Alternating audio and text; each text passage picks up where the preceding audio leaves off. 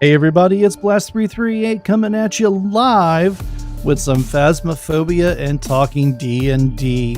We're going to be joined here very shortly by our forever DM, Mr. Faust, and we're going to be talking about a class that both of us really kind of want to learn a little bit more about, and that is the Monk. Hey, yo, Blast. Okay.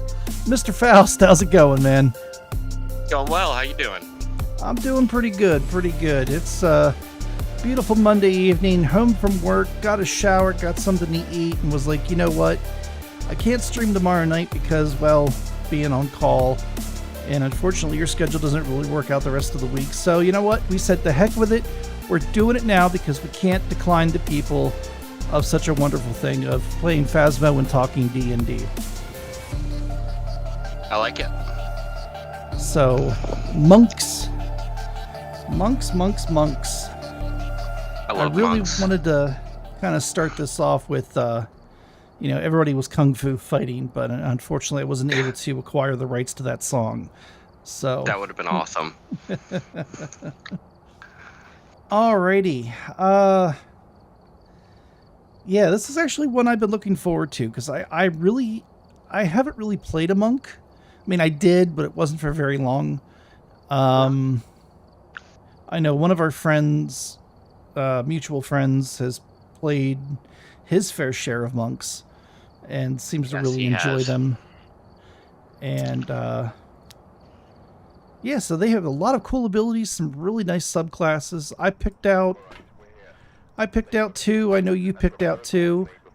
Yes, sir. So let's go ahead and jump into it here. All right, so I'm guessing we should start with the prominent class features: hit points, proficiencies, skills. Exactly. Yep. Let's just start with the basics here. Their hit points, are they a D8 as well? They are a D8, so they're not entirely frontline fighters, but they can hold their own on the front lines. They're more of a DPS class. Okay. I know they have some, absolutely outrageous things with some of the subclasses as far as what they can do with their bare hands. So we got a D8 for hit points, which isn't bad. I mean, that's pretty much right up there with a lot of other classes. They don't have any armor. They're not proficient with armor, correct? They're not, no, because of their unarmored defense ability.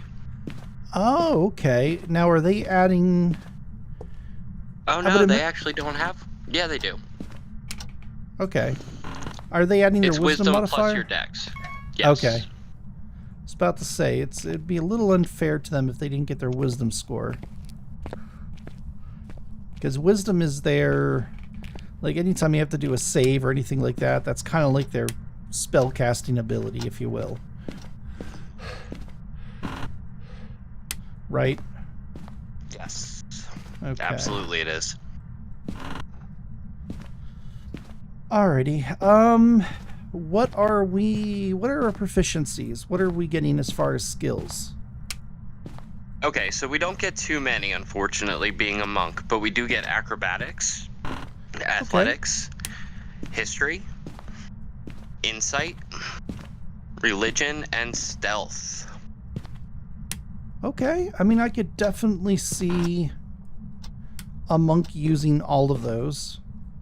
Actually, it would really be kind of hard to pick just two. From these, it definitely would, because these are all pretty solid skills. I mean, I'd want the acrobatics to do kind of like when I think of a monk. I think of them running around, jumping off of stuff. Your classic, kung fu master. Gonna kick some booty and, bouncing around the battlefield. But maybe I'm just wrong. Like I said, I don't really know too much about monks, so I'm very excited for this tonight. All right, yeah, I'm pretty excited about it too. Yeah, I mean, I know they're an awesome class. Especially with like key points and stuff like that. There's definitely a lot they can do. So, alrighty. So proficiencies, we got skills. What are our saves? What do we get for saving throws? We get strength and dexterity. Okay, strength and dex. Because there are some monk classes, like the Kensai monk, that could use their strength just as interchangeably as their dexterity modifier because they do use weapons. Oh, really? Okay. Mm-hmm. Well, I know they get a monk weapon, you know, usually a quarterstaff or, you know, Yes, something they of get that simple nature. weapons and they get short swords. Okay. So they're not completely disarmed. No. But then again, I mean, their whole thing is, I don't need a sword. Swords are for, you know, wusses.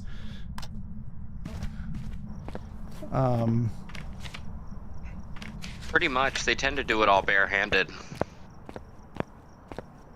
Yeah, there's a couple of really good feats that probably would blend very well. But like we said before, we're gonna kind of wait until we're done going through the different classes before we really start digging into feats.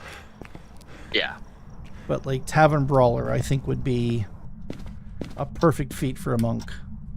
Oh, it really would.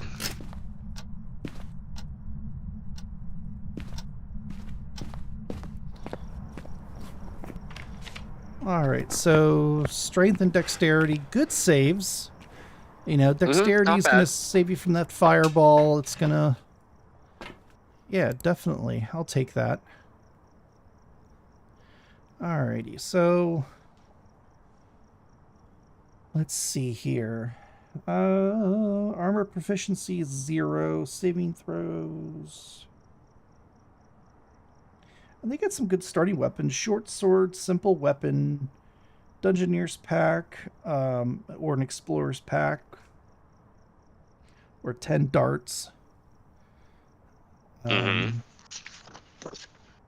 Okay, so your dex modifier plus your wisdom modifier plus 10 for your AC. Not bad. So hopefully you're maxing out your wisdom. Well, you always want a high AC. You always want a high dex no matter what. That's kind of a given. You really do. AC, initiative, saves on AoE effects. It goes a long way. Right. I mean, it's not one you want to kind of... That's not going to be your dump stat.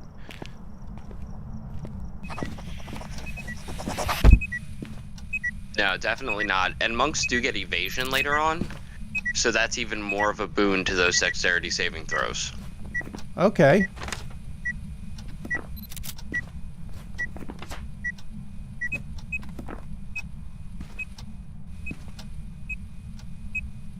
So at first level here, we get our first martial arts die. That is a D4. So you can roll a D4 in place of normal damage on your unarmed strike or monk weapon. This die changes as you gain monk levels, as shown in the martial arts column of the monk table. So at 5th level, 11th level, and 17th level, your unarmed strike damage increases. Well, that's always nice. Mm-hmm. And it balances pretty well. I mean, it scales in a great way. Mm-hmm. Yeah, and they can get quite a few attacks, too. I mean, by the time you use up some of their other abilities and stuff, you're kind of right up there with a fighter as far as the amount of abilities. And at 20th level, they're all D10s. Oh. So additionally, to the martial arts damage, when you use an attack action with an unarmed strike or a monk weapon, you can make one unarmed strike as a bonus action.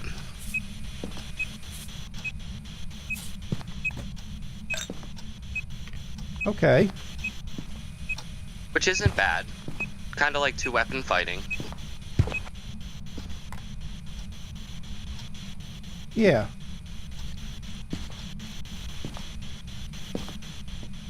Of course, this gets outclassed by Flurry of Blows at 2nd level, but we're not quite there yet. Right.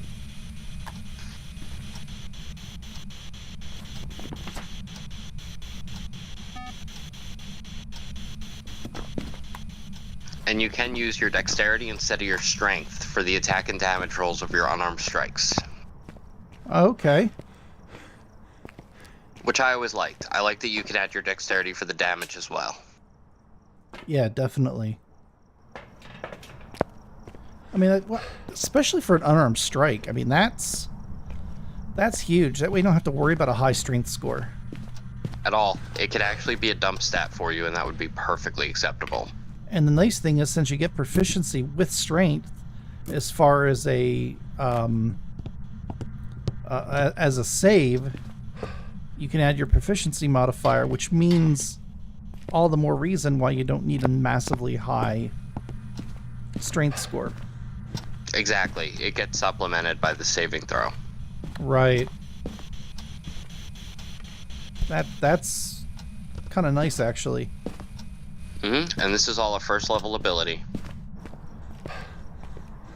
Wow. All right, so your first level, you're hitting, what is it, it's a D4? Or is that a D6? It's a D4 until 5th level. Okay. But as a bonus action, you can always make a second strike. So Right. even without flurry of blows, you're hitting twice per round. Right.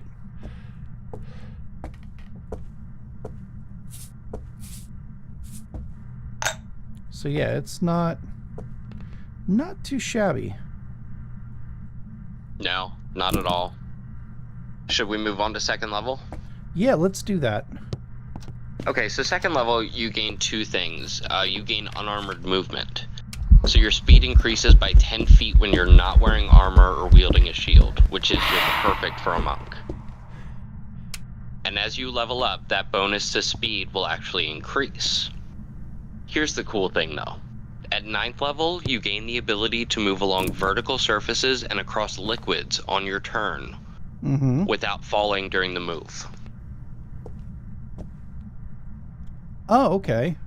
So that's, you can run across a lake, or you can Run across a ceiling, or... Oh, okay, so they can run up a wall, they can run across a ceiling, all kinds of cool stuff. Actually, Mr. B did this once, if you recall.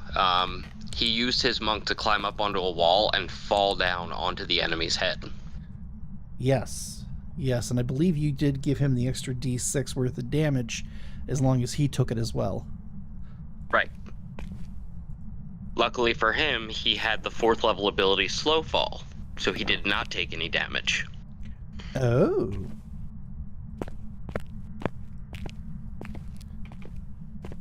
Well, isn't that just a little OP? Isn't it, though? The second thing we get, and the keystone feature of the monk, is key points. Okay. So starting at 2nd level, your training allows you to harness the mystic energy of ki. Your access to this energy is represented by a number of key points. Your monk level determines the number of points you have, as shown in the key point column of the monk table. You can spend these points to fuel various key features. You start knowing 3 such features: Flurry of Blows, Patient Defense, and Step of the Wind. You learn more key features as you gain levels in this class. Okay. When you spend a key point, it is unavailable until you finish a short or long rest, at the end of which, obviously, you regain all your key points. You must spend at least 30 minutes of the rest meditating to regain your key points. So on a short rest or a long rest, you have to meditate for 30 minutes.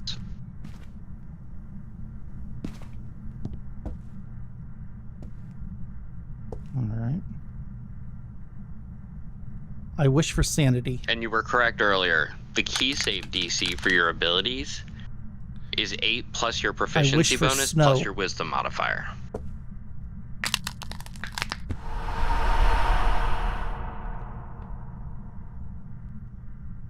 Okay.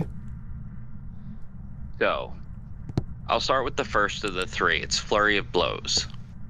This is usually the one people use with every attack. It goes without saying that it's a great ability, but immediately after you take the attack action on your turn, you can spend 1 key point to make 2 unarmed strikes as a bonus action.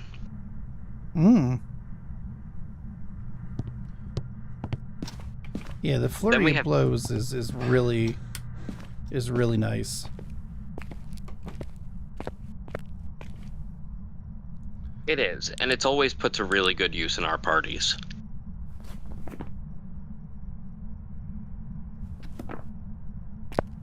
Now, patient defense is the next one. And Blast, you were talking about picturing a monk and seeing it flipping over things, climbing things, only to leap off of those things to be able to step back from the enemy just to move in and crush them in the next round. And that's what these two are for. Okay. Patient defense. You can spend 1 key point to take the dodge action as a bonus action on your turn. Oh. And Well, Step that's of the definitely Wind, nice. it's huge. You can spend 1 key point to take the disengage or dash action as a bonus action on your turn, and your jump distance is doubled for the turn. Okay. So you do have options to dodge, disengage, or dash, and you do double your jumping distance. Oh my.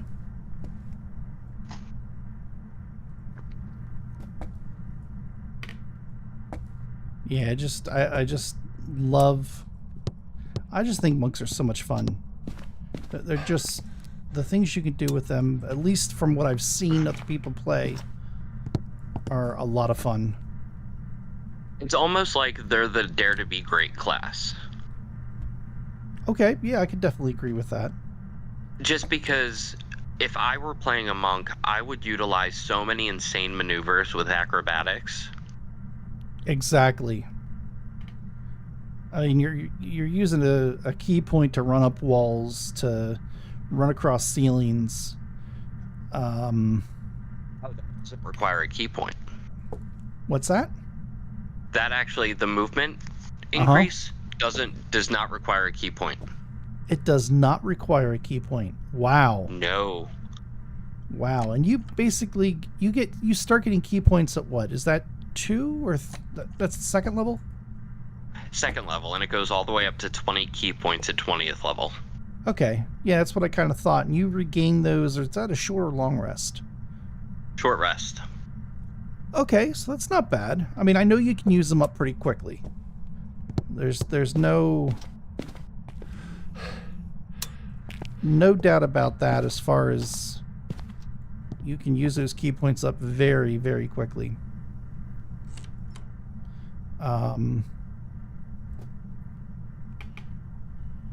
Oh.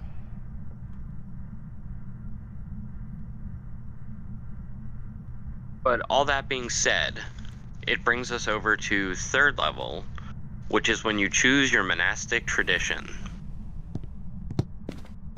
Yeah. There's a And this is where it gets good. lot of really good subclasses there.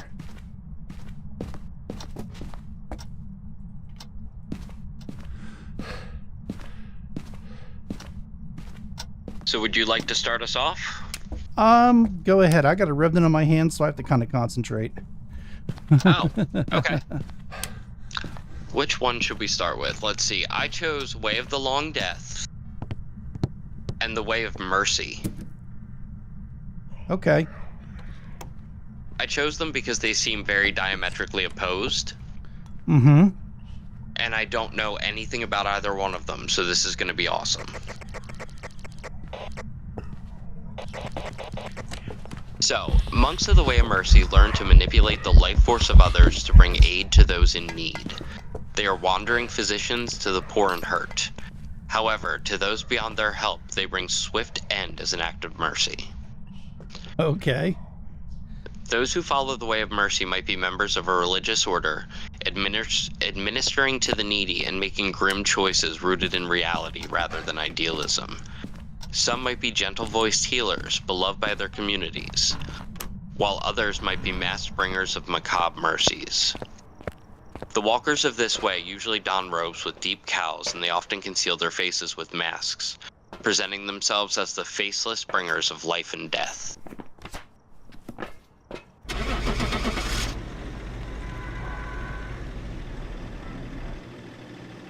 This already sounds really cool. Yeah, definitely. So, Implements of Mercy. When you choose this tradition at 3rd level, you gain proficiency in the Insight and Medicine skills, and you gain proficiency with the Herbalism kit. You also gain a special mask, which you often wear when using this feature of the subclass. You determine its appearance or generate it randomly by rolling on the Merciful Mask table. So, pretty typical designs here. You have black and white, you have a raven, you have a laughing face, a crying face, a skull. Okay. Also at 3rd level, you gain an ability called Hands of Healing. Your mystical touch can mend wounds. As an action, you can spend 1 ki point to touch a creature and restore a number of hit points equal to a roll of your martial arts die plus your wisdom modifier. When you use your flurry of blows, you can replace one of the unarmed strikes with the use of this feature without spending a ki point for the healing. Well, that's nice. That's incredibly nice. Because you still get your second attack, and you can also heal. Huh. How close does the person have to be to you to heal them? Within 5 feet. Okay, well, I mean, you're standing there, you're going to have your fighter, you're going to have your barbarian, possibly, you know, a cleric or a paladin. You're going to have people standing next to you. Yes. So that's definitely going to be a feature that's going to be used. Also at 3rd level, on the opposite end of the spectrum, we have Hands of Harm. Ooh. At 3rd level, you use your ki to inflict wounds. When you hit a creature with an unarmed strike, you can spend 1 ki point to deal extra necrotic damage equal to 1 roll of your martial arts die plus your wisdom modifier. Okay.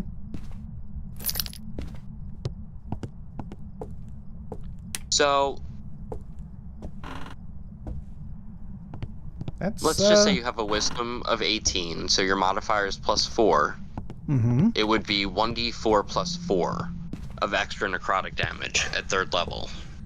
Right. Yeah, that's nothing. That's really nothing to sneeze at.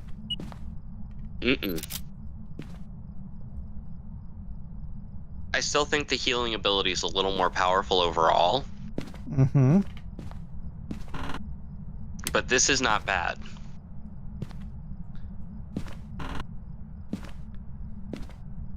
Well, again, it's all...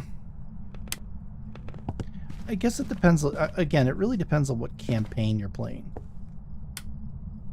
It you know what I does. mean? Like, But I can... another...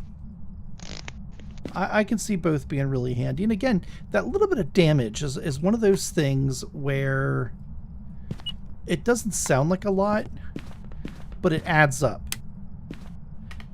And... oh my god.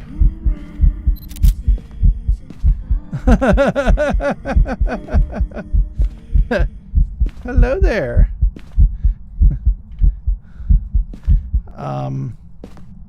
That was... sorry, I got jump scared.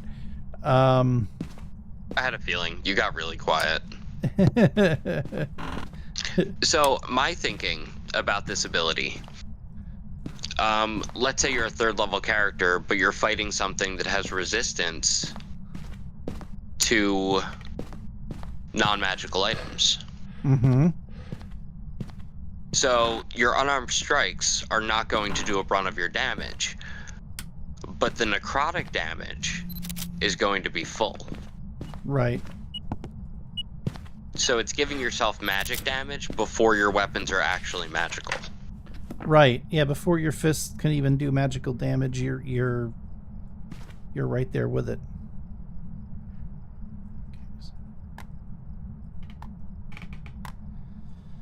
So yeah, I can see the benefits to both of them. You know, and that little bit of damage will add up. I mean, yes, you're absolutely right. You're so much better dealing the healing to the fighter or the paladin, especially the paladin or barbarian.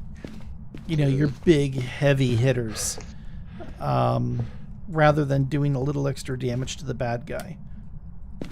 But then again, there's been plenty of situations where you're the last guy standing and you got to do something. Yeah. You know, it doesn't necessarily have to be a, it's your get out of jail free card kind of thing. It is. It absolutely is.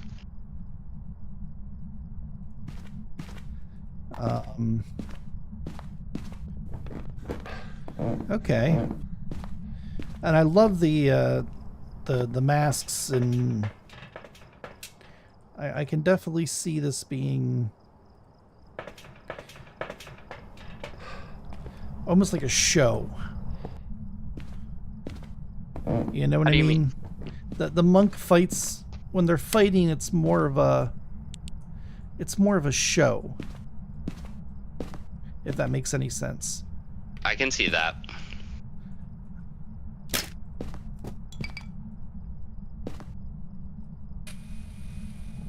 So the next ability we have comes at 6th level. It's called Physician's Touch. Okay. At 6th level, you can administer even greater cures with the touch. And if you feel it's necessary, you can use your knowledge to cause harm. When you use Hands of Healing on a creature, you can also end one disease or one of the following conditions affecting the creature: blinded, deafened, paralyzed, poisoned, or stunned. Oh.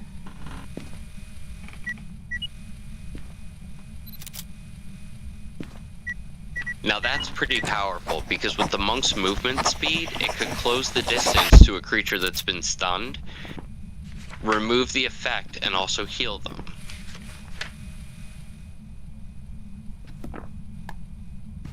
Yeah, being stunned. Well, being stunned in general for bad guys, not a good thing. You automatically fail dexterity saving throws. You are automatically taking double damage on a lot of stuff. It just overall is not a good thing for them to be stunned. And and you're doing that with key points, right? Yes, with one key point. Oh, with one key point, you're stunning a target. No, you're removing the stun condition. Oh, you're removing. Okay.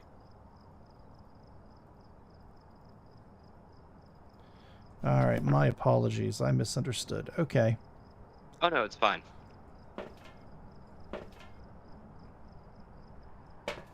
When you use your Hands of Harm on a creature, you can subject that creature to the poison condition until the end of your next turn. Ooh. That's pretty cool. I like that. All right, yeah. Nothing wrong with a little bit of disadvantage on the old attack rolls and on what is it? Ability checks, right?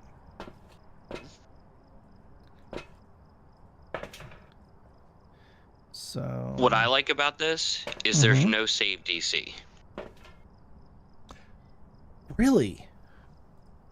Nope, you just spend your key point, do your extra necrotic damage, and poison them. Without a save. Okay. This is getting more powerful. Definitely. What level do you get this ability? 6th. Okay. And by that time, your martial arts die is a d6 damage.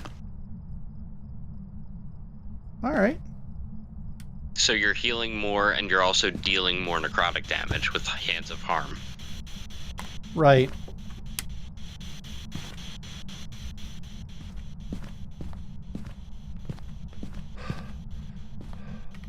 Okay, the next one's kind of cool. It starts at 11th level, and it's called Flurry of Healing and Harm.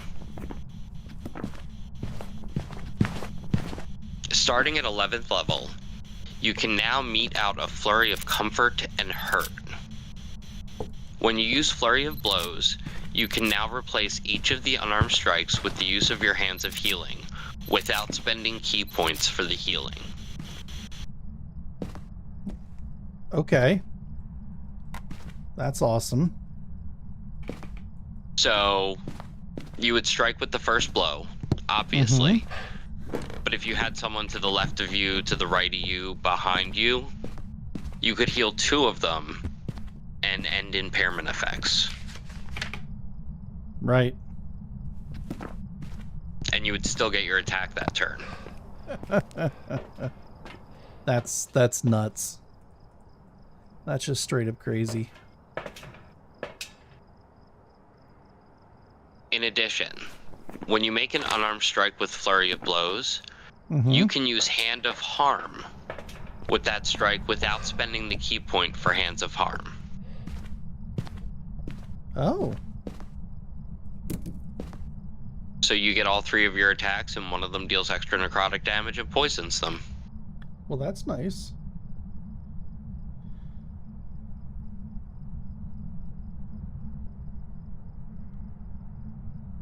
I like that. What level is this? This level 10 or level 8? Level 11. 11, okay. Mm-hmm.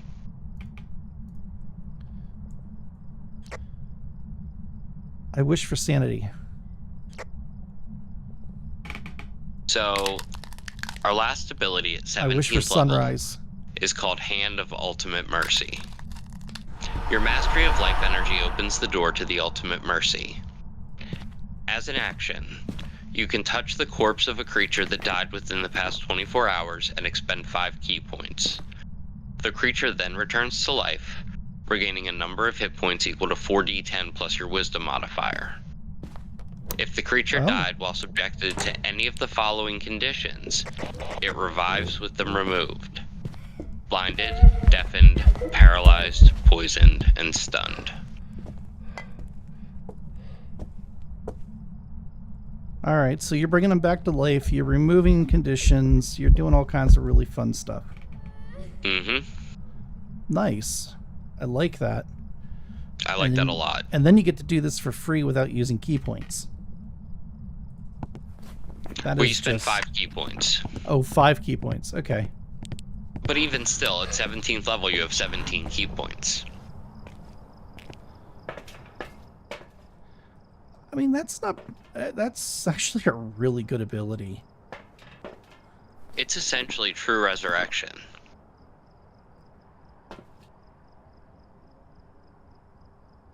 Oh, so you're saying if somebody just flat out dies in combat, you can bring them back? With an action, yep. How long can they be dead for? 24 hours. Really? Mm-hmm. Okay, everybody protect the monk. Mr. Cleric, your services are no longer needed. And that's the thing. This is great for getting people up in a pinch, for removing conditions. Yeah. It is as much a healer as it is a harmer. It's really cool. Yeah, love it. That is actually, like I said, I didn't know a lot about monks, and that's a lot of fun. I can definitely, if you have a party that really is in desperate need of healing, this is a great class, especially if you want to deal damage. You know, I could see Little Pooper playing this.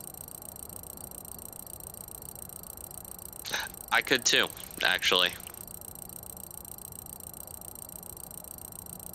I could see him doing that, or even Arrow. I think she'd have a lot of fun with this class. But Yeah. Then again, she gets a little tired of being the healer of the group. That's true. I know you really wanted to, like, you know, beat the bad guy up with this, like, really powerful spell you've been saving for the last, like, 3 sessions. But we really need you to use that spell slot to bring back the barbarian who's falling for the 300th time this combat. He finally failed his constitution save, so he's actually down. Do you mind, you know, bringing him back up real quick? Oh, I hate that ability so much. I just absolutely hate it. It is one. Yeah, I mean, one thing that I always thought was funny with D&D, and it's kind of been the same no matter what you've played, at least in third edition and now in fifth edition, is the whole whack-a-mole aspect of the game. You're down, you're up. You're down, you're up. You're down, you're up. And, you know, you're just as effective with 1 hit point as you are with 150 hit points. Mm-hmm. Which I kind of understand. And we've had this discussion before about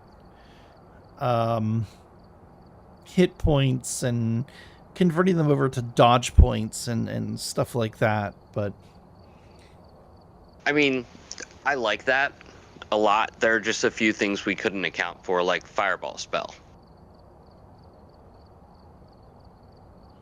I mean, Or would that still be... Well, that could be dodge points, couldn't it? yeah, I mean, you're still taking half damage on a save, unless you're a rogue or a shield master or something of that nature. You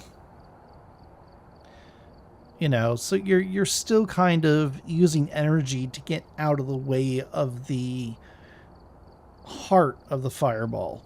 You know, you've jumped out of the way enough to get singed, but you're not taking the full brunt of that attack.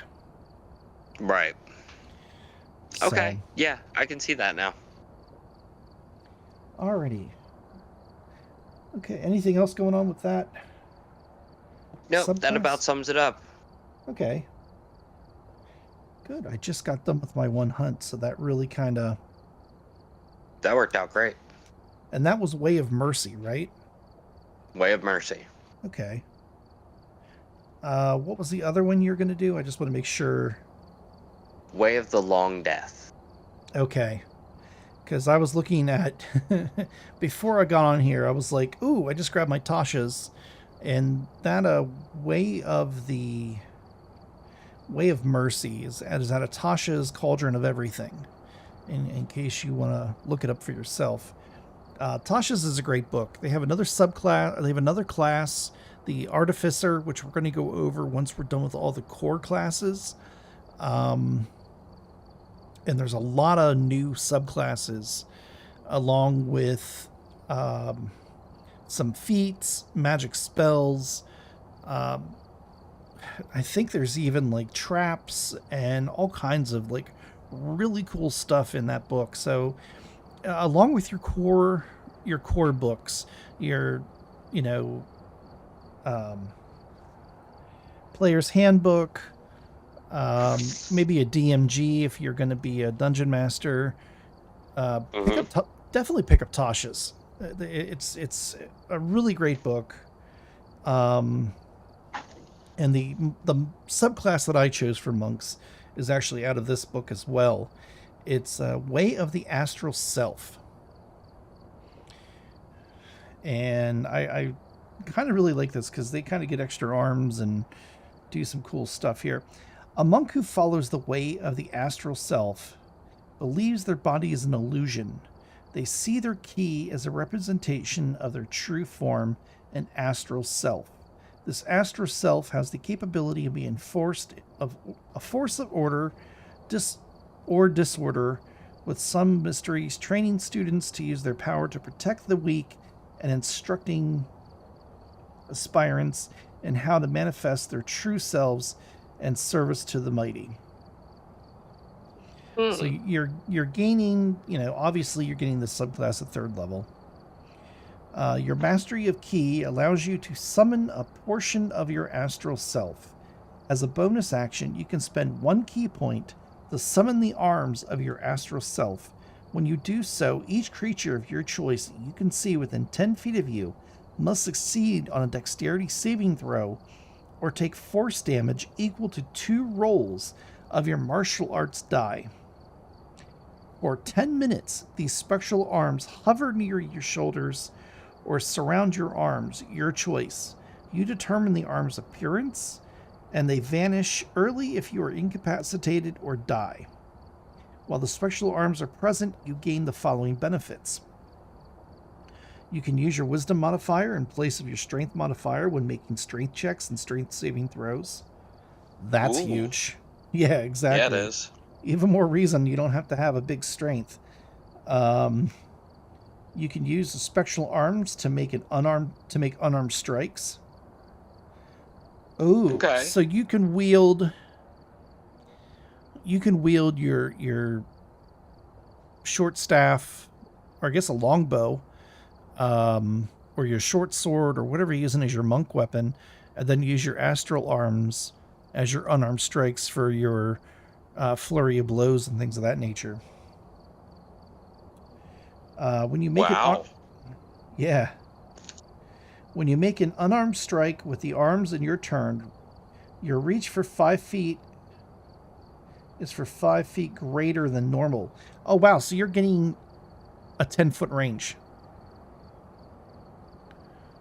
Or if you're using a reach weapon, you're now gaining a 15-foot reach instead of 10 feet. Wow. Sentinel and Polearm Master would be great for this class. I know, right? Yeah, definitely take a pole arm, and now you have a 15-foot reach, and anything that comes within your area, you're making an attack of opportunity. Because you've made the attack of opportunity, they're now at a 0 speed. They can't move past you. Next turn, you just flurry of blows at them. There you go. The unarmed strikes you make with the arms can use your wisdom modifier in place of your strength or dexterity modifier for the attack and damage rolls, and their damage type is force. This is still all at 3rd level, correct? Oh yeah, this is like their first ability.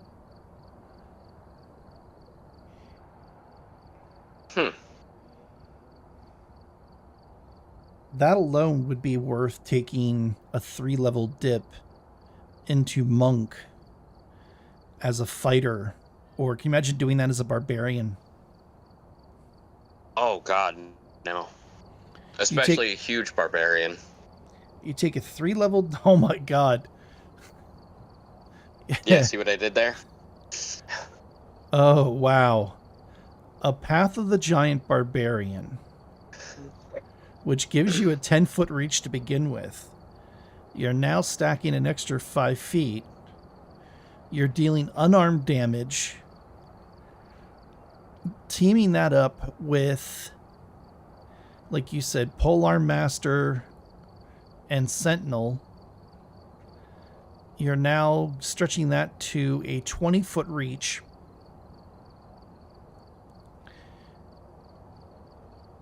Oh, wow. And then you're making a flurry of blows. Well, that's your bonus action, right? Yeah. So I guess that wouldn't really pair up too well with Tavern Brawler, because then you wouldn't be able to grapple. Unless you did... Unless... It doesn't say anything about not being able to grapple. Well, I'm thinking Tavern Brawler requires your bonus action to grapple. But I could be wrong on that.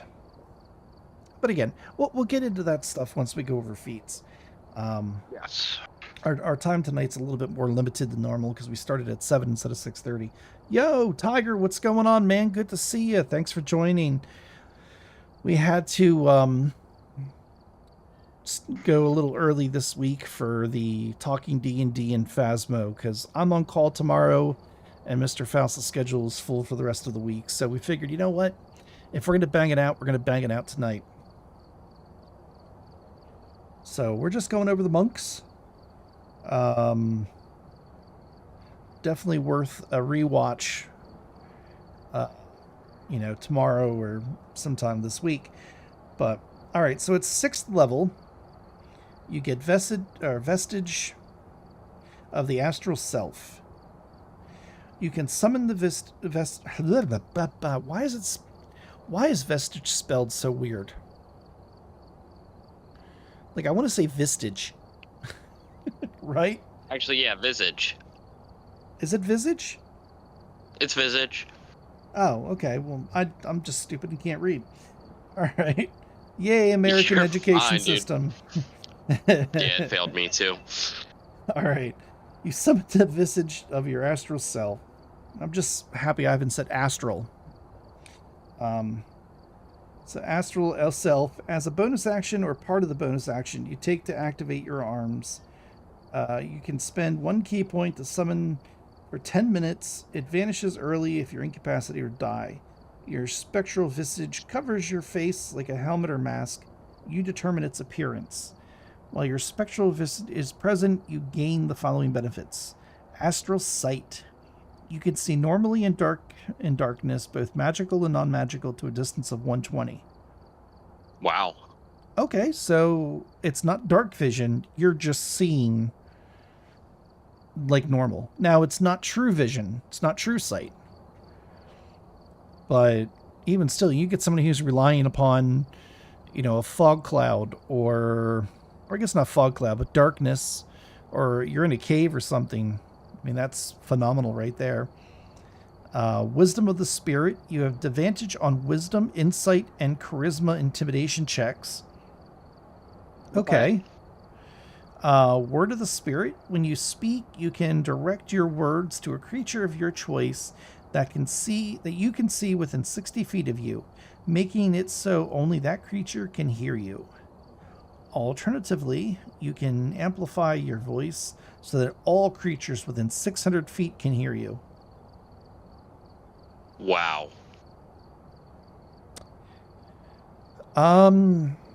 It's one-way telepathy.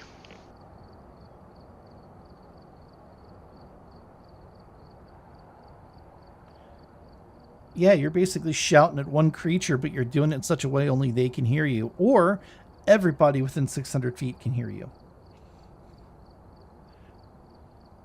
I can definitely see there are some spells that are out there that all that requires is that the creature that you're targeting can hear you.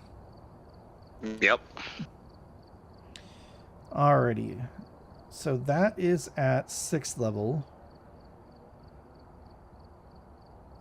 Alright, now you can only activate one of these at a time, and it does take a key point, but it lasts for 10 minutes.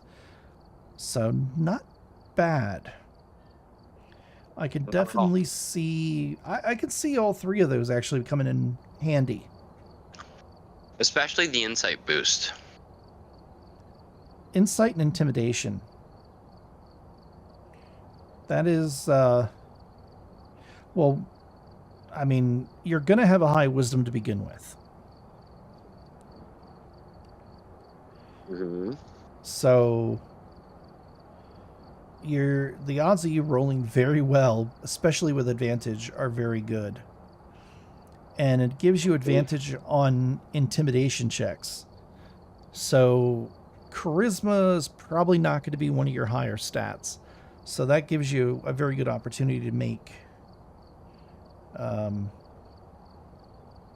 yeah. I could definitely... yeah, there's plenty of opportunities for that to make a difference. Alrighty, so 11th level, you have Body of the Astral Self. When you have both your astral arms and Vistage summoned, you can cause the body of your astral self to appear. No action required. This spectral body covers your physical form like a suit of armor, connecting with the arms and Vistage. You determine its appearance. While the spectral body is present, you gain the following benefits. I need a reading lamp. That's what I need. I'm using the RGB off my computer right now. Oh, Jesus. Hey, if your computer doesn't look like a unicorn threw up on it, is it really a computer? I get it. Alrighty, so while this body is present, you gain the following benefits. This one here is really cool. Deflect energy. When you take acid, cold, fire, force, lightning, or thunder damage, you can use your reaction to deflect it. When you do so, the damage you take is reduced by 1d10 plus your wisdom modifier to a minimum reduction of 1.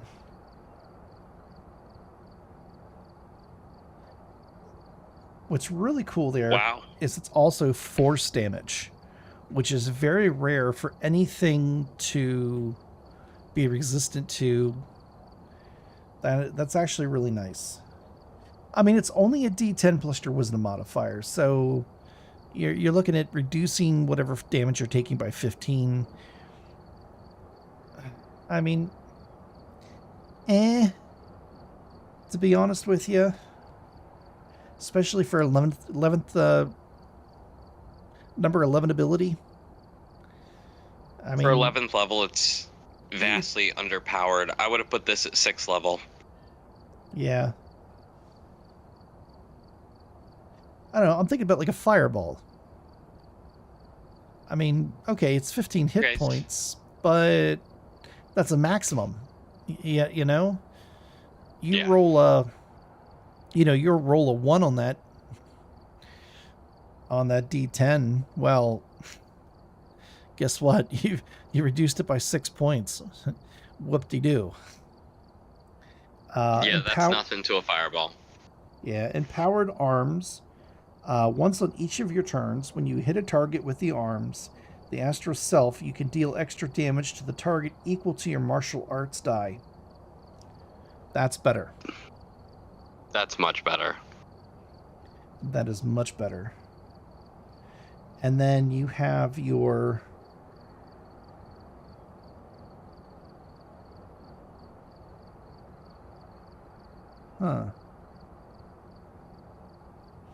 Alrighty. So Awakened Astral Self is 17th level. Your connection to your astral self is complete, allowing you to unleash its full potential. As a bonus action, you can spend 5 key points to summon the arms, vestige, and body of your astral self and awaken it for 10 minutes. This awakening ends early if you are incapacitated or die while your astral self is awakened. You gain the following benefits. So there's a thing here. Forms of your astral self. Your astral self is translucent embodiment of the monk's soul. As a result, the astral self can reflect aspects of the monk's background, ideals, flaws, and bonds, as the astral self doesn't necessarily look anything like the monk. For example, the astral self of a lanky human might be the reminiscent of a minotaur, the strength of which the monk feels within. Similarly, an orc monk might manifest gossamet arms and a delicate vestige, representing the gentle beauty of the orc's soul. Each astral self is unique, and some of the monks' appearance of their astral self missed the line here. Each astral self is unique, and some of the monks of this mosaic transition are known more for the appearance of their astral self than for their physical appearance. While choosing this path, consider the quirks that define your monk. Are you obsessed with something? Are you driven by justice or a selfish desire? Any of these motivations can manifest in the form of your astral self. Wow. That was pretty cool. Armor of the Spirit. You gain a +2 bonus to your AC.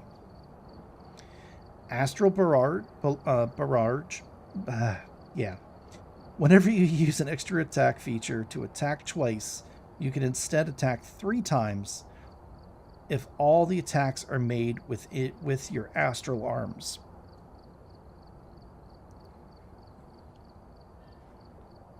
That's a pretty good capstone ability. That's not bad at all. A +2 to AC, and now you have 3 attacks instead of 2. Yep.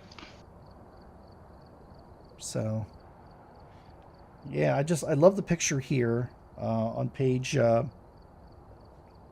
is that, 51? It's, looks like a dragonborn monk, and they just kind of have like 2 astral arms coming out of their shoulders, like, you know. It's pretty neat. It's a really nice class. I know when Mr. D there, he played one of these and had a lot of fun with it. Mm-hmm. So, he did play one of those. Mm-hmm. Remember, he cut his hand off to I forget what it was. Oh, it was to raise raise something. He had to cut it off and sacrifice it to a cauldron. And I'm like, why would you do that? Which didn't mean anything to him. Yeah, exactly. I'm like, why would you do that to yourself? He's like, why? I have, you know, check it out. Like, oh, okay, I see what's going on here. Mm-hmm. That was pretty cool. Alright, we're here. Take a look at the equipment. But yeah, that's pretty much it for that subclass. So that's pretty neat. Okay. That was pretty cool. That's insanely powerful. If you want to be melee oriented. Exactly. If you want to be right up in the combat. I mean, I think the first one you went over, honestly, I think might be a little bit more powerful. But what's what else? What's the second one you got picked out? I chose Way of the Long Death. Okay. And this is in the Sword Coast Adventurer's Guide. Okay. So, monks of the Way of the Long Death are obsessed with the meaning and mechanics of dying. They capture creatures and prepare elaborate experiments to record and understand the moments of their demise. They then use this knowledge to guide their understanding of martial arts, yielding a deadly fighting style. Okay. So, their first ability at 3rd level is called Touch of Death. Ooh. Your study of death allows you to extract vitality from another creature as it nears its demise. When you reduce a creature within 5 feet of you to 0 hit points, you gain temporary hit points equal to your wisdom modifier plus your monk level.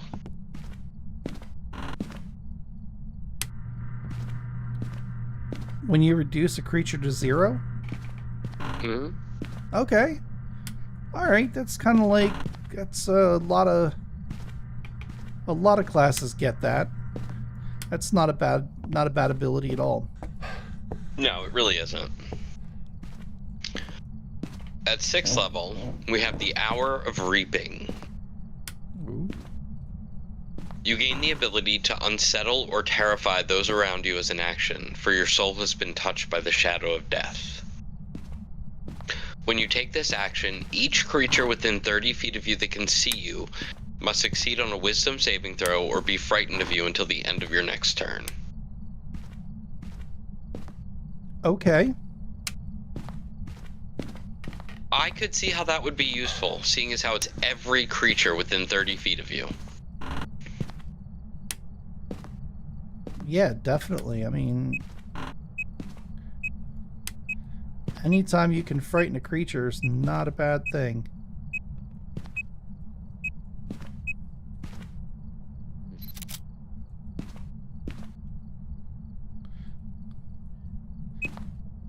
I mean, the frightened condition can be pretty serious. I mean, there's a lot of It really can be. There's a lot of creatures that are immune to the frightened condition. Unfortunately, you're right. But this is at what level you're gaining this ability? At 6th level. So the odds of a creature having that immunity are pretty slim at this level. Exactly, that's what I was going to say. And even still, I mean, at higher levels, I mean, sure, there is a lot, but there's also quite a few that aren't resistant to it. And we both know the dice roll how they roll. Sometimes they're with you, sometimes they're against you. Right. So I can totally see this being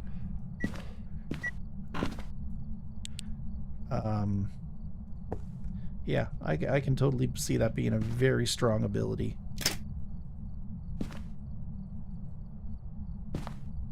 So we jump to 11th level. Okay. And we have an ability called Mastery of Death. All You right. use your familiarity with death to escape its grasp. When you are reduced to 0 hit points, you can expend 1 key point with no action required to have 1 hit point instead. Wow. The thing about this is it doesn't say once per short or long rest. You As can long do as you- this for as many times as you have key points. And this is the 11th level? Yes. So you're going to have 11 key points. Yep. Yeah. That is definitely an ability. Holy smokes.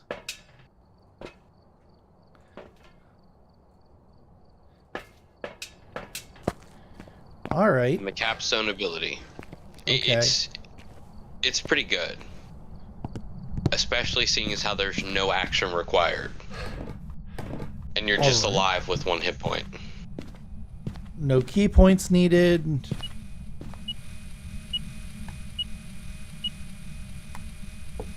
Wait, what's that?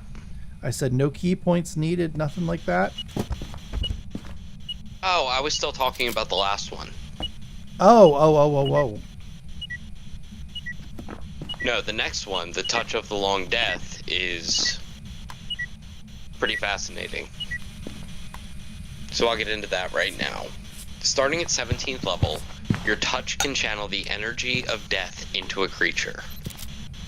As an action, you touch one creature within 5 feet of you, and you expend 1 to 10 key points. The target must make a Constitution saving throw, and it takes 2d10 necrotic damage per key point spent on a failed save, or half as much on a successful one. Huh.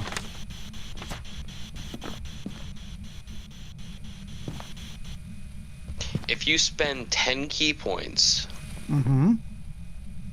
you do 20d10 necrotic damage. Holy smokes. Yup. Holy smokes.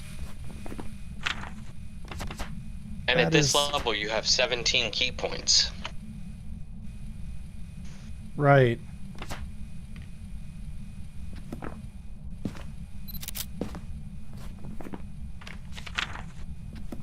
That is kind of crazy. That is a little on the loco side. 20 necrotic points. 20d10 necrotic damage. It's 2d10 per key point, and you can do up to 10 key points. Huh.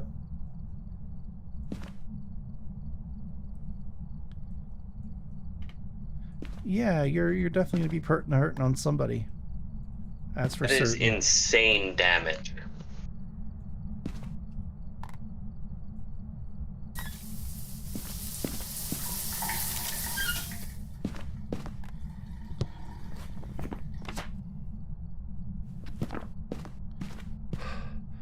Yeah, I can. I like this monk. You too. I wasn't as impressed in the beginning, but the further it went on, the better it got.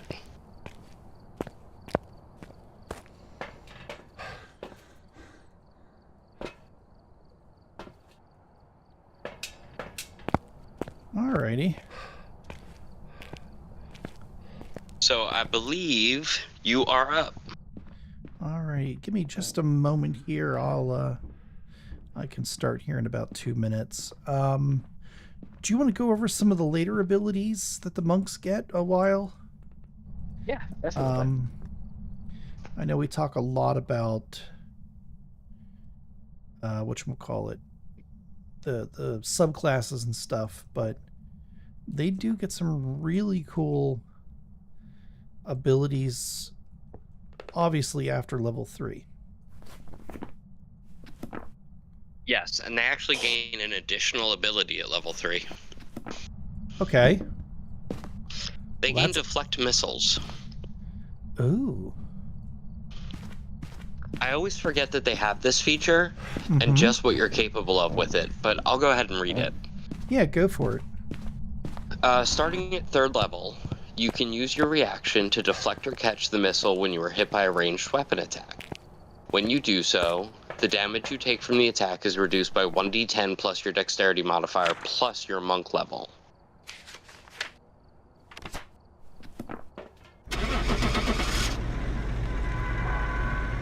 I'm sorry, it's reduced by how much? 1d10 Okay. plus your plus. plus your monk level and your dexterity Welcome back. modifier. I've prepared some jobs for you. All right, so your dex modifier, a d10 plus your monk level Mm-hmm. at 3rd level. At 3rd level. All right, so hopefully at minimum, you're gonna have. Ooh, we just unlocked the tier 3 firelight. Woohoo! Been waiting for that. All right.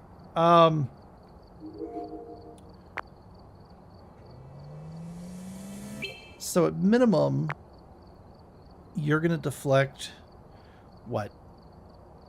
Hopefully you have at least a +4 in your dexterity score. Right? Even still, +3 for your monk level. Right. And +1. So 6, that's what, 7 points? 8 points? 3, 4, 5, 6, 7, 8. Yeah. I mean, even if you took a 16 in your dexterity score, it's still, +3, 6, 7.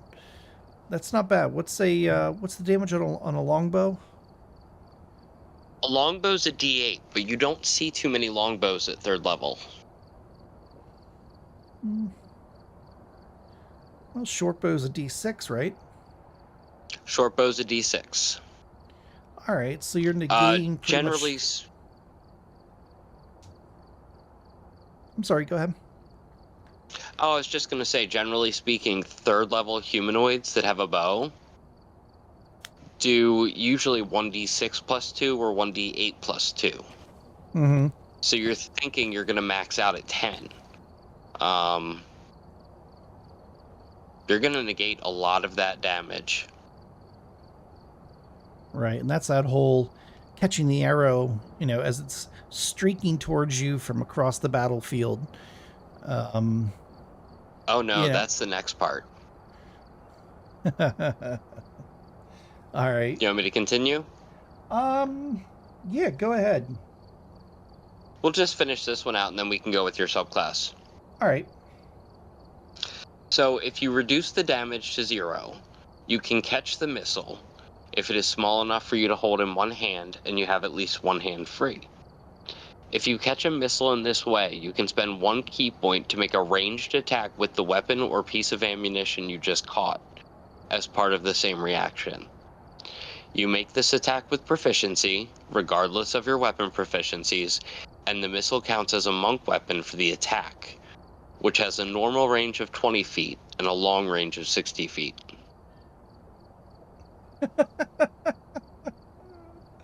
So... So you're thinking about someone throwing an arrow at 60 miles an hour, right? Oh my god. I love it. I love it. You're fighting... You're fighting the big bad. And... Alright, so you're using a reaction. So you can only do this once per round. Which, okay, I can see why they did that, because it would be a little overpowered if you could do it, as many key points as you have. Right. But even still, you're being targeted by a ranger, somebody using a bow, whether it's a long bow, short bow. I mean, at that point, even a heavy crossbow.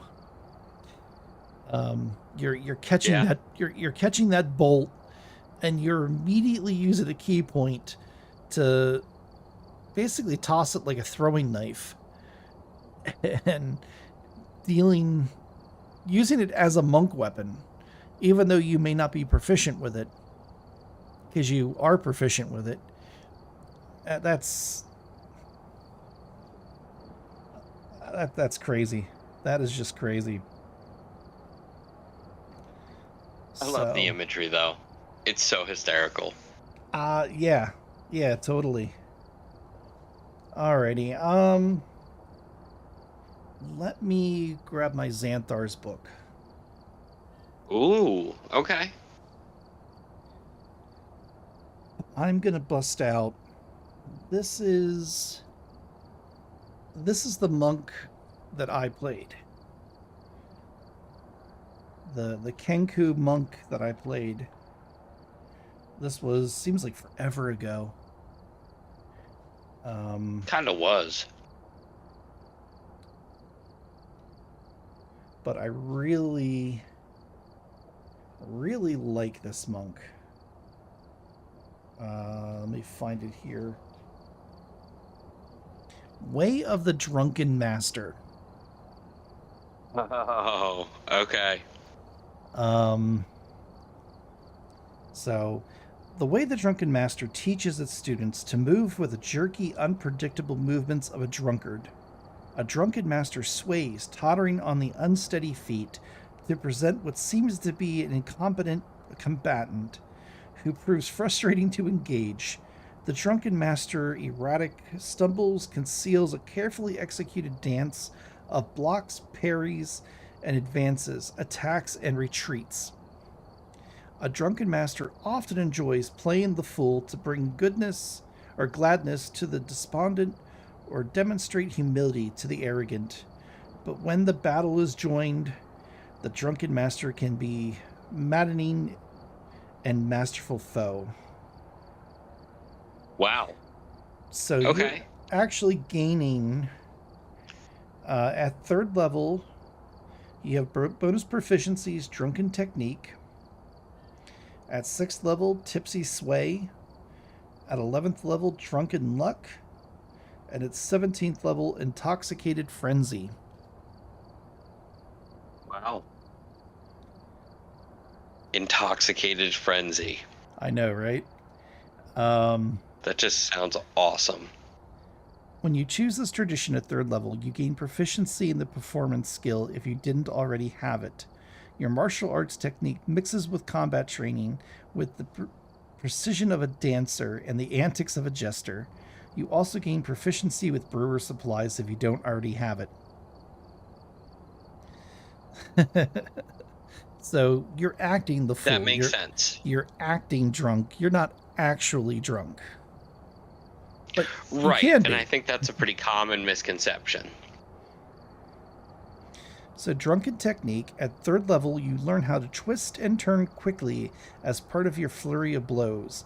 Whenever you use flurry of blows, you gain the benefit of the disengage action, and your walking speed increases by 10 feet until the end of the current turn. Wow. So you can go in, you can attack, disengage, and then stumble away without provoking an attack of opportunity. With the speed increase of 10 feet. Yep. Yeah, that was yeah. One of our friends kind of when this character met the group that I played with, I came in about a quarter of the way through the campaign with this character. My other character wasn't really getting along with the group, so as a group we decided that I was going to play something else. And I think we've mentioned that character's name a couple of times now, Salt. And Salt. Yeah, I don't think we're ever going to forget Salt. the gnome. Oh no, we're not. The gnome druid. Circle the moon with Just as big of a chip on his shoulder. Well, he didn't really have a chip on his shoulder. He was enthusiastic. It's the really polite way of putting it. And didn't understand why the other people in the group didn't share his enthusiasm for things. But anyways. Yeah. So at 6th level, you can move in a sudden swaying ways. You gain the following benefits, and this is tipsy sway. Leap to your feet. When you're prone, you can stand up by spending 5 feet of movement rather than half your speed. Wow. That's not bad at all. No.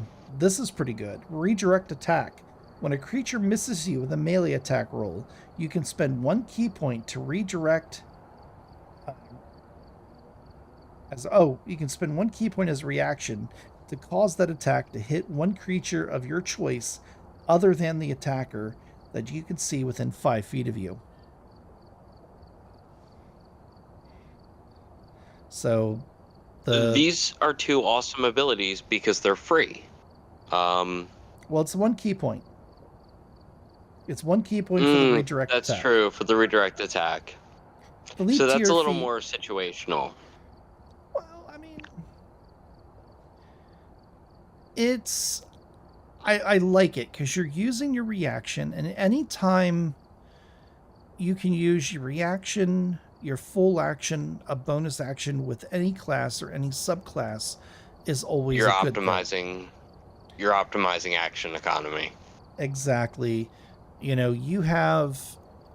going up against somebody, and this is obviously going to be somebody who's going to be on the front line attacking, maybe not necessarily staying within that 5-foot threat range because of the disengage action.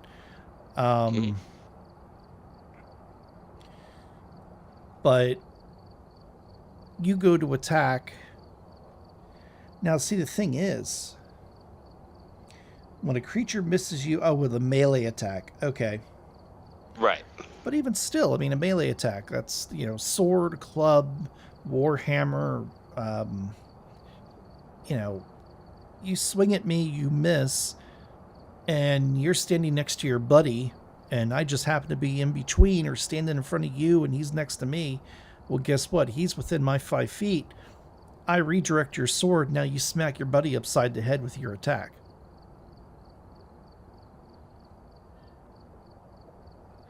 I might have an AC of, what? We had our dexterity modifier, our wisdom modifier, plus 10, right? So yes. If you max both of those out, that's 10, that's a 20 AC. Well, I might be fighting somebody with a 15 or even a 16 AC. They roll an 18. They miss me, but they hit their buddy.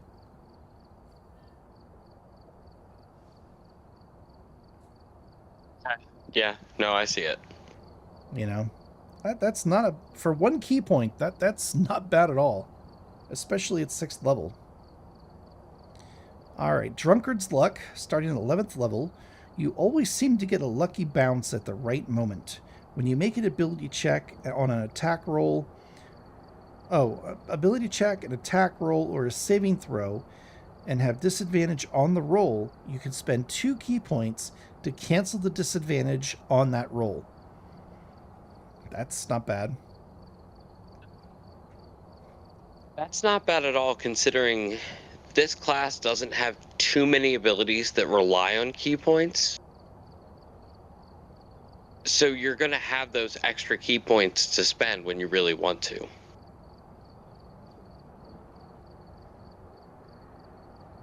I mean, being able to negate disadvantage on attack rolls, I'm willing to spend 2 key points on that, especially at the 11th level. Oh, yeah. Intoxicated Frenzy. At 17th level, you gain the ability to make an overwhelming number of attacks against a group of enemies. A group of enemies. When you use your Flurry of Blows, you can make up to 3 additional attacks, with it up to a total of 5 flurries, provided that each Flurry of Blows Attack targets. Oh my god. You're just going down the line beating the hell out of everybody. Yup. You're attacking the main target and up to 5 additional targets. Yeah, this is some Bruce Lee shit. I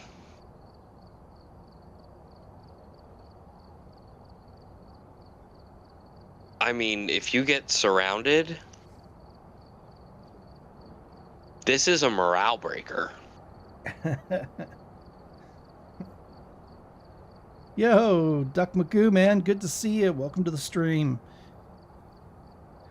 But yeah, no, that's you're absolutely right. You get surrounded. I'm trying to think here, like undead. You know, you just get a couple in particular. Yeah, you get a couple of zombies around you, and you're hitting with, you're just going to town.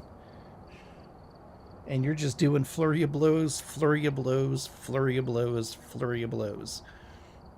So you're doing your 3 attacks and then flurry of blows 5 times. That's crazy. This level, it's a D10. I mean, it's 17th level, so it's going to be up there, but... Yep. Now, you can't stack this on one creature, thankfully. Can you imagine? Oh my. But yeah, no, I love that you can walk in, nail a creature with an attack, use your flurry of blows, you automatically get the disengage action, and you just kind of stumble out of attack. So now if the creature you just attacked wants to attack you, they've got to approach. So hopefully you're far. See, this is one of those classes or subclasses where you don't want to go first. I would like to go like maybe third. Ideally I want my barbarian, I want my heavy hitters up on that target first. And then I come in. Like, I would be willing to hold my action until after they went, just so I can wander in, bop, bop, bop, bop, bop, get out of there. Now he's got a choice to make. He can either come after me, because I just wailed on him 3 times, especially at higher levels. You're going in, and... because they get extra attacks and stuff too, don't they?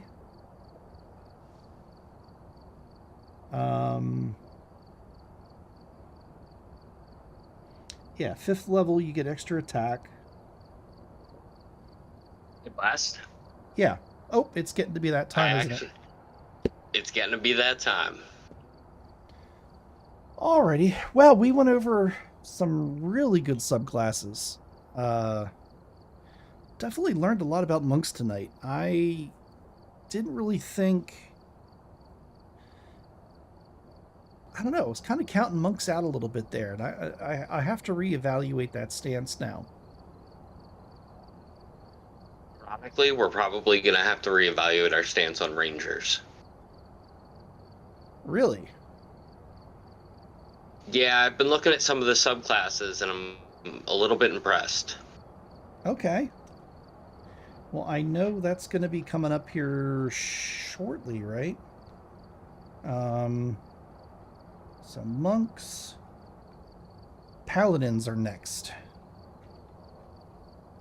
Paladins are next, and that's going to be a blast.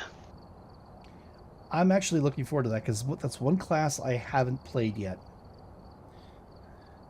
And I don't know why, because they are the heaviest hitters in the game. They are holier than thou.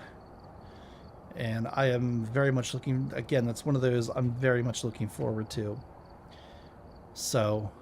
But I understand you got to get going. So, hey, thank you so much for joining me. This was a lot of fun as always. Any parting words for the people on stream or those that are watching this? I say this every week, but if you're interested in finding out more about D&D or starting up an adventure of your own, or you just like writing, let us know and we'll answer any questions and help you out however we can. Very true. Yep, leave your comments down below. You can comment on any of my videos. We'll gather the questions and we'll address them. Generally, it's going to be Tuesdays. We did tonight just because I'm on call tomorrow and you're not available the rest of the week. So figured if we're going to do it, tonight's the night to do it. But hey, man, I had a lot of fun. Thank you so much for joining. This is great. I'm very much looking forward to Paladins. And I guess we'll see you next week.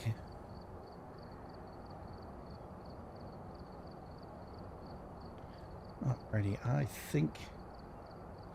Oh, I'm gonna stay on and play a little bit more. Duck Magoo says thank you, good night.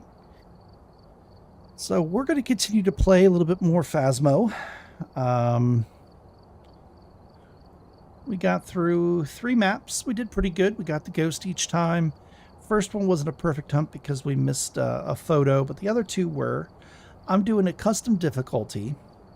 So I kind of reworked. I got us to a 4.0 modifier. As you can see here, Sanity Pills Restoration is only 20%. Sanity Drain 200. We're starting at 100%. The Ghost is at 100%, but it's Roaming High. Favorite Room medium. Interaction medium. Event frequency low. Grace Purity is only 1 second. Hunt duration is high. It is giving us all 3 evidences. The fingerprint chance is 100%. It's going to last for 30 seconds. We have 0 setup time. We started with snow. Doors opening high. Number of hiding places low. We have the sanity monitor, but we don't have the activity monitor. I was able to get it with the fuse box on at startup, which is which is good, I think. And then we have random cursed possession.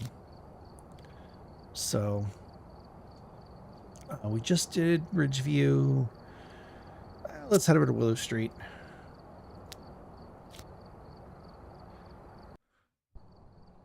But yeah, with a 4.0 modifier, it's basically a little better payout.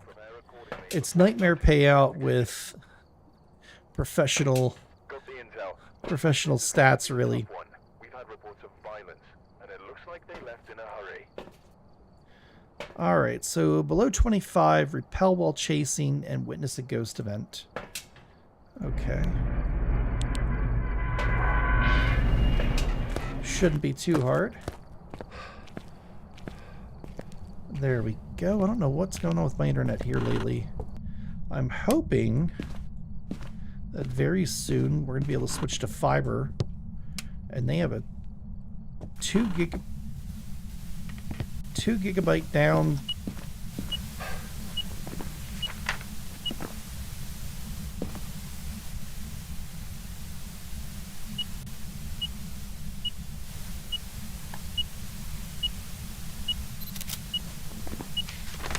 Oh, it did count this time. Okay.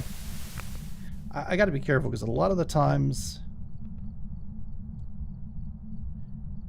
we're not here. Or are we here? Interesting.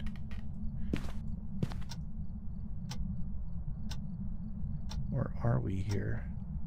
It would make sense if we were here. Ah, here we go. Okay, so I'm going to leave. Actually, I'm going to take this with me. Let's go look for the bone and the cursed item.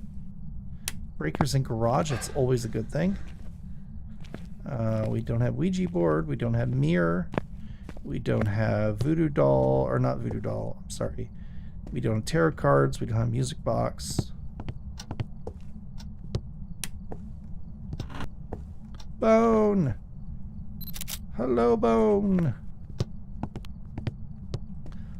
I'm taking the EMF meter with me, and the reason I'm doing that is I'm looking out for random, like, EMF 2s. And if we get a random EMF2, then it could be... Why am I looking in here? There's no cursed item in here. We already got the bone. So we got Summoning Circle, which is not a bad... No, we don't. Did I miss something? Did I miss Monkey Paw? We've gotten Monkey Paw like twice now. Yeah, we did get Monkey Paw.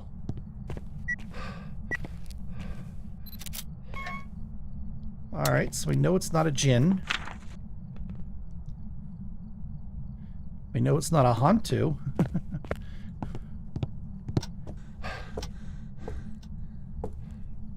Man, that Hantu, I tell you, over at, whatchamacallit, Sunny Meadows, did not want to leave that stinking breaker on. I'm sorry for how dark that video turned out, but I couldn't get the lights to stay on.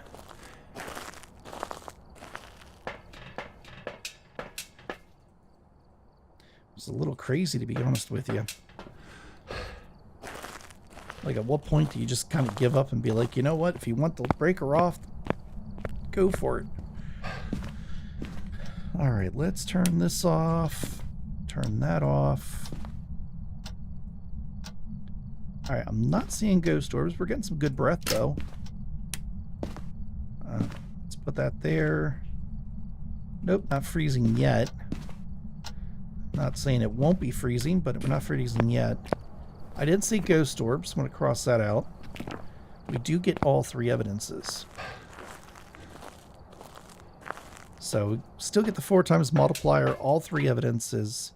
We really didn't make a lot of sacrifices. Ooh, that's a heck of a toss. So let's grab ultraviolet. Let's grab a spirit box. And let's grab a little bit of salt. How about it? What do we need here? We just need ghost event, repel, and below 25.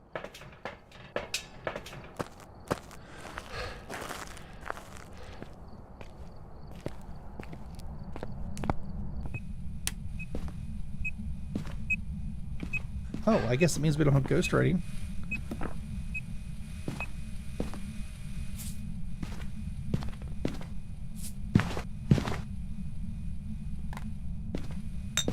Okay, camera.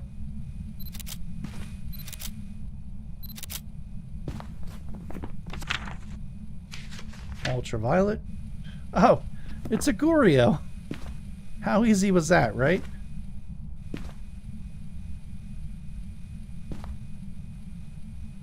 See, you turned the breaker off. You doomed yourself.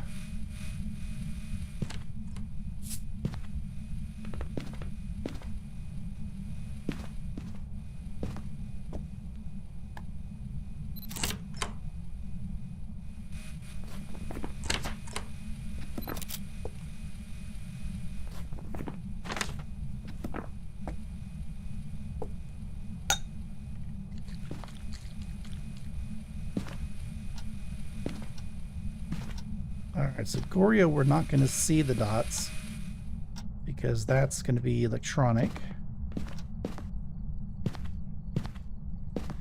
Let's see here. Yeah, it's going to be dots for Goryo. Come on. Oh.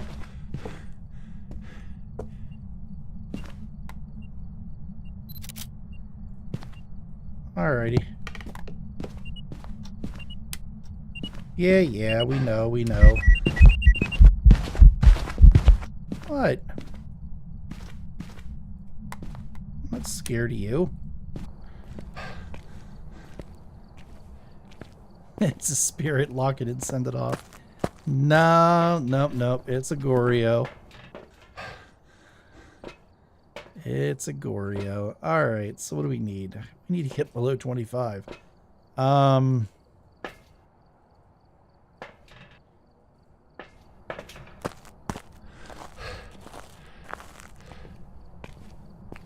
Let's see here. We're going to set up a normal loop and stuff here. We can use the monkey paw. We can get below 25 with the monkey paw.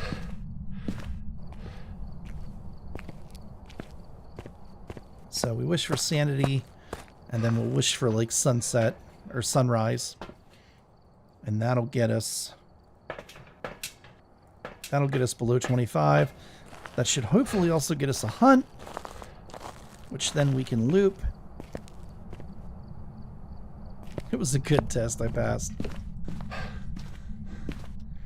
Well, thank you that I'm up. I thank you that you feel that I'm up to the task. I wish for sanity. I wish for sunrise.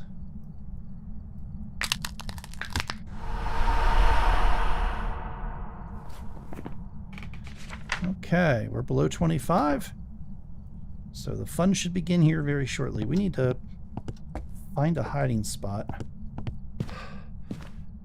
Well, that'll work.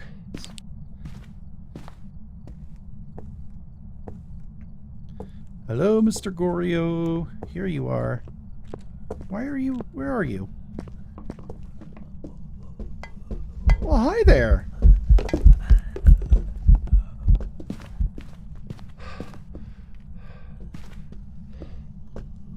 Uh-oh.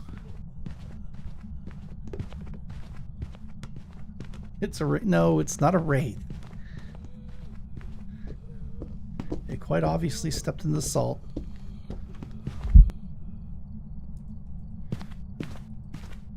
Okay. Well, there we go. We got our objectives done. We got all of our photos. We got the bone. Man, that was good. That was quick, too. I gotta look to see. That was a short time. All right, that goes back. Where's our other lighter at? Yeah, that should do it. Right? We got everything. Bone, monkey paw. I double passed the test. Alright, you're saying it's a wraith, I'll lock it in.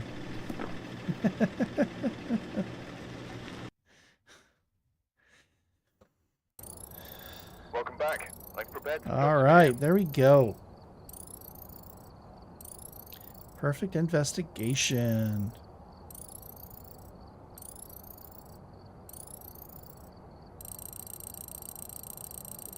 That's nice. Look at that. Earn perfect investigation bonuses on Nightmare or harder. See, this is harder than Nightmare.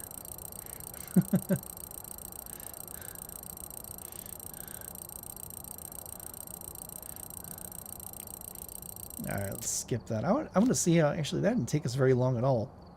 Total 10... No, less than 10 minutes.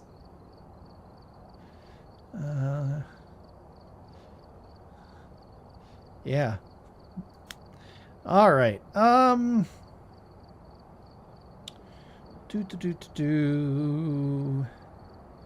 We haven't gone camping yet, have we? Let's go camping. Hi-ho, it's off to camp I go. Thank God it's not fog. Oh, that's right. We ought to have locked the snow. Fog is the worst on this map. Alright, motion sensor, crucifix, and witness a ghost event.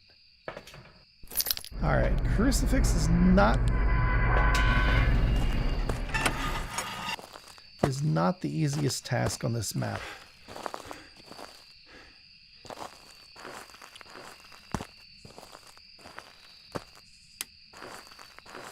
Alrighty, no bone. Oh, hello.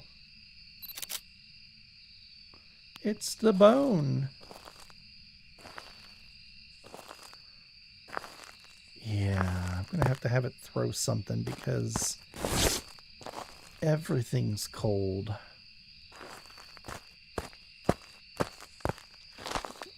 What do we have for cursed object? Not the mirror.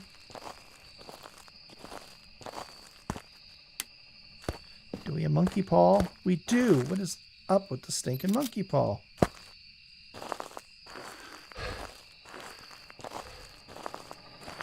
What is going on with the monkey paw? Oh. Well, hello there, Mr. Ghost. Are you here? Okay. Well, we got the bone. Let's go grab some evidence.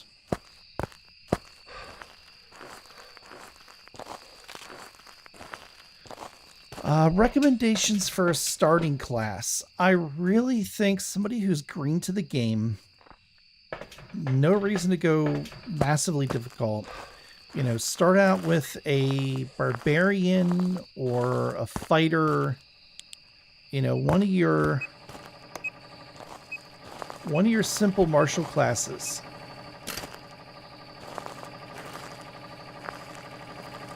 You know, you don't need to go hog wild and play a cleric or a warlock or things of that nature.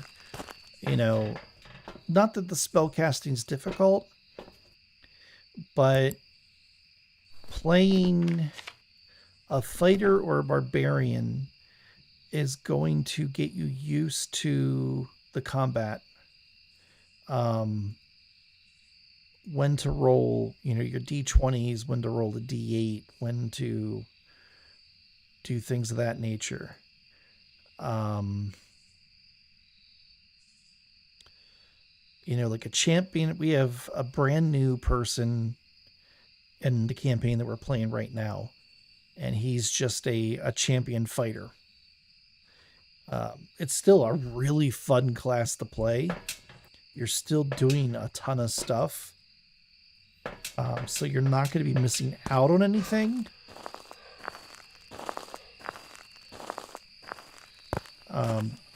But you don't have to worry about... You don't have to worry about keeping track of spell slots. You don't have to keep track of a lot of different things that you would with a spellcaster.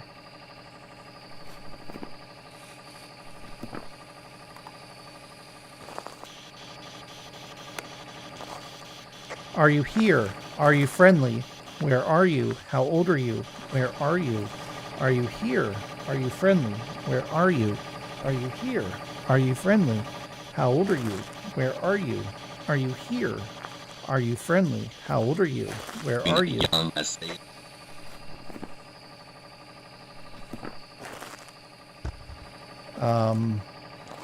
So yeah, fighters are great.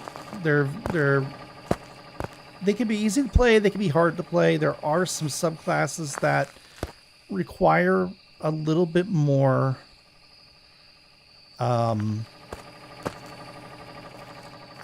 paying attention.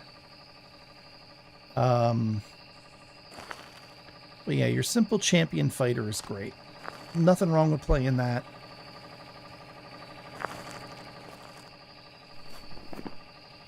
Rio. Okay. We need photos. And you're not doing anything anymore. Why aren't you doing anything?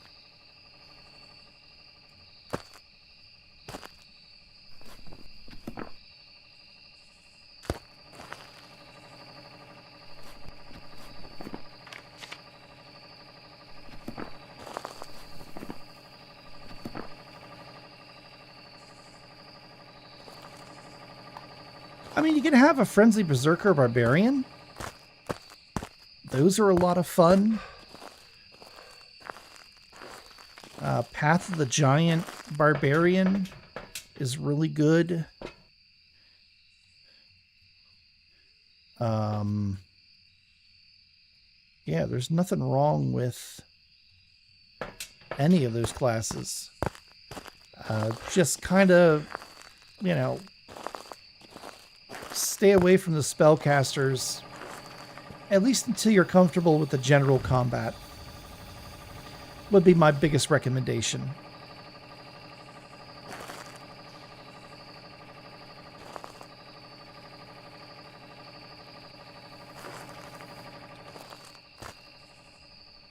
Alright, come on. Will you do something?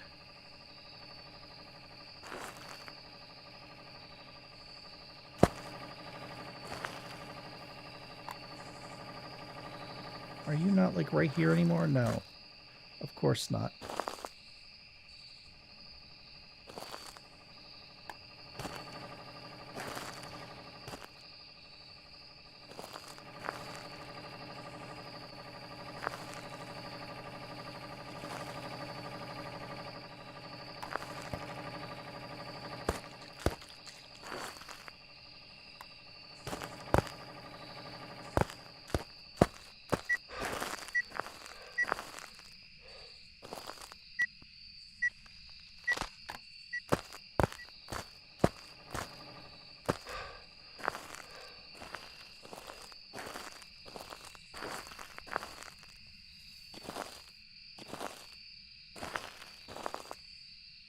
You know, then as you gain more experience with combat, you can start going into like the spellcasters. And then like a good beginning spellcaster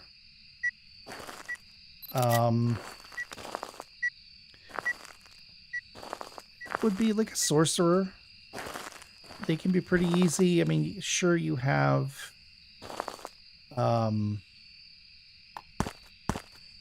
you know, sorcery points and stuff to look out for, but you're always going to have something you got to keep track of with a spellcaster.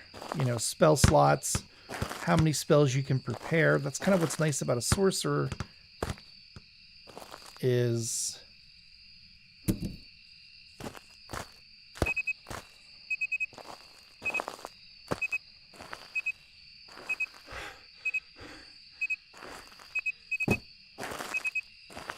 what are you touching?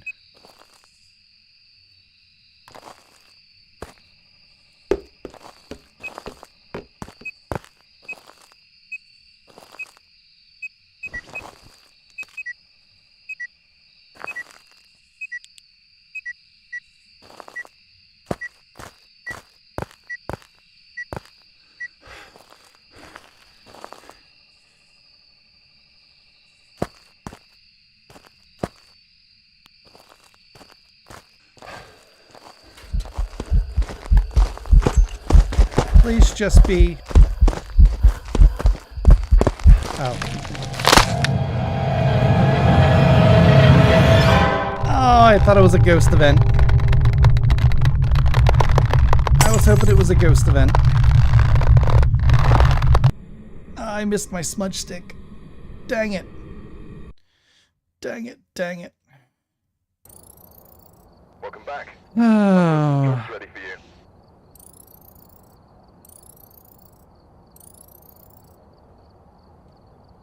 Well, it's not a live stream unless we die at least once, right?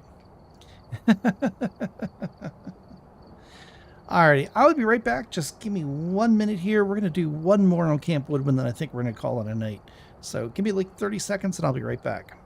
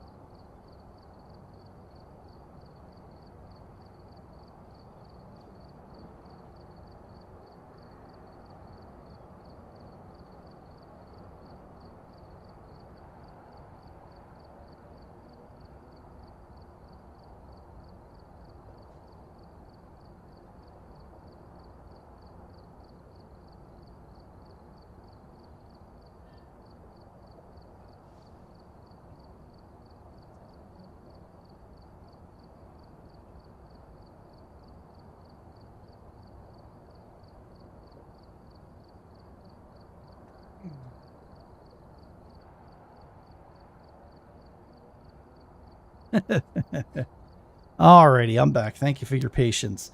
So, question for you. I'm always looking for new games to play on the channel. And Arrow keeps telling me that I need to play Dark Deception. So, what do you guys think about me playing that on the channel? Got the intel. Looks like this is going to be a tough one. She says it's a really good game. And it looks like they I know mentioned the... already. The first level's free on Steam, I believe. So I was thinking about downloading it and playing it. That'd be something you guys would be interested in. Let me know down below. So motion sensor, escape the hunt, and parabolic.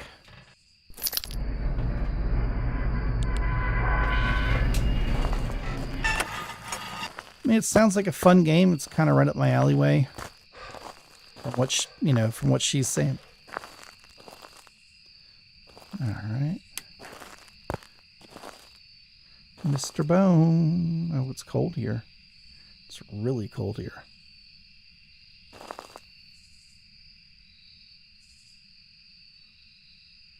I think we may have found our ghost room. We'll see. We'll keep an eye out. No Mr. Bone.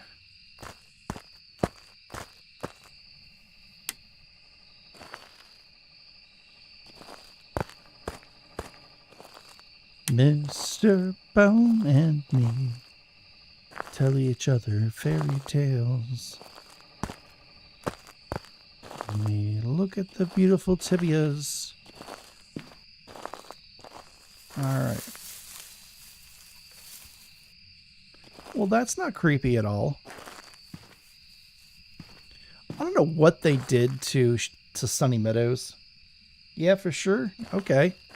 Yeah, then I'll download that and check it out. We might even do that for Thursday night live stream. That actually sounds like a lot of fun. And I should be able to do Thursday night live stream this week, because I'm on call tomorrow. That's kind of why we're live streaming tonight and doing our talking D&D. Oh, we got summoning circle and the bone. Oh, lucky days. Lucky days are here again. All right. Oop, and it looks like we're actually in this. Are we in this tent? Or is everything below 5? All right, so it's not a djinn.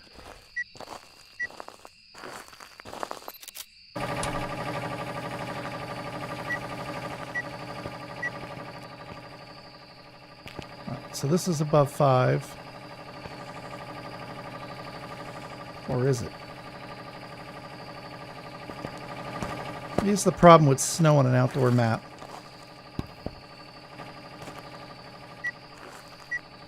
Sunday, Monday, happy Tuesday.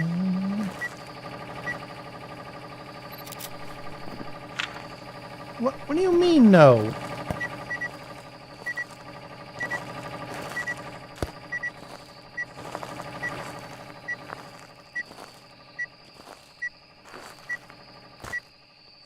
Are you in there? Are you...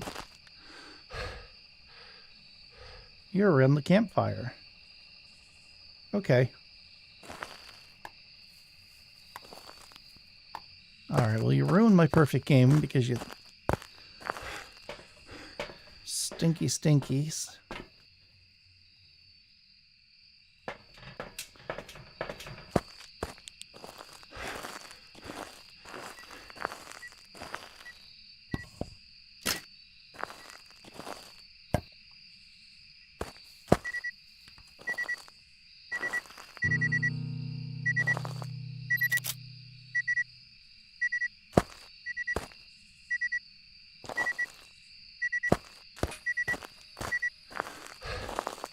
Killing this breaker a lot.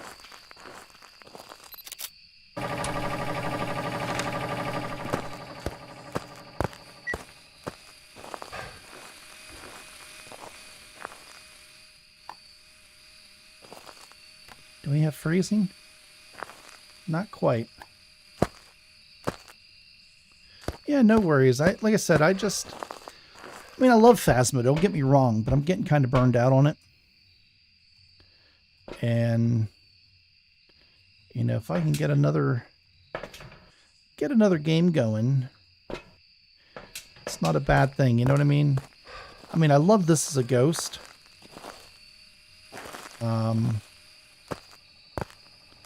but it really doesn't bring in the views.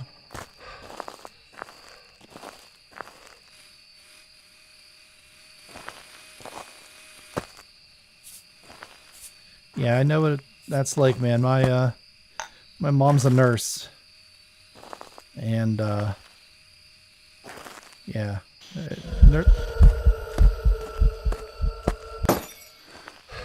okay. Well, it's gonna turn that light off anyways. Yeah.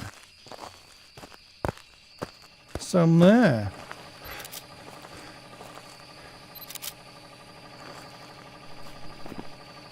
All right, so we got dots.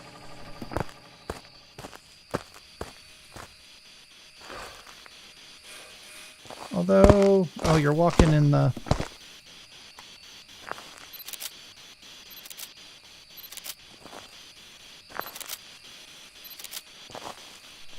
We have ultraviolet. Ooh, it's not a phantom. Not a Goryo, it's a Banshee.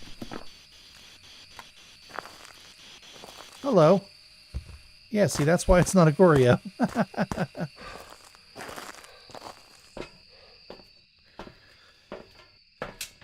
Alright, motion sensor, parabolic with a Banshee. Yes. Motion sensor.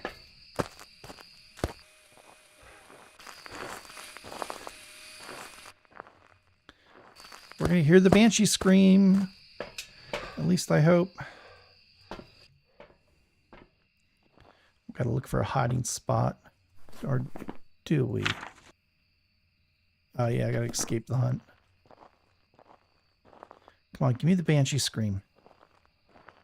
Come on.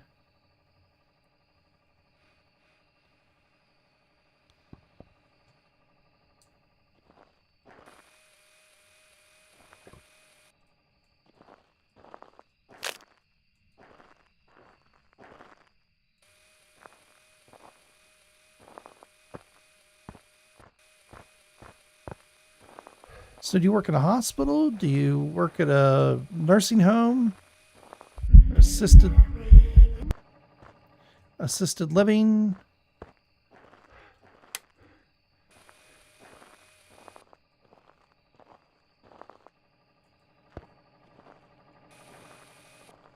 Tierra, okay.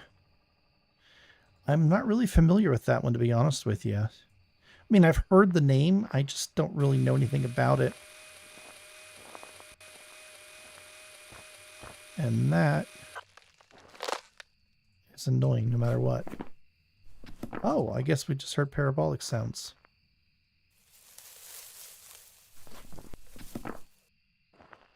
All right, come on. I want the screen. Give me the Banshee screen.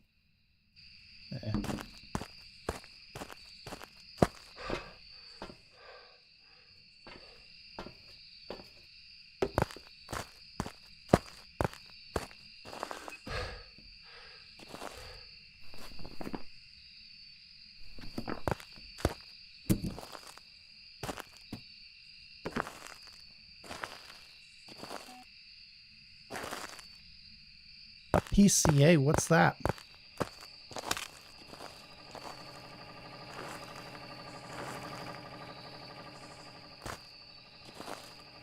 It's just not a term I'm familiar with.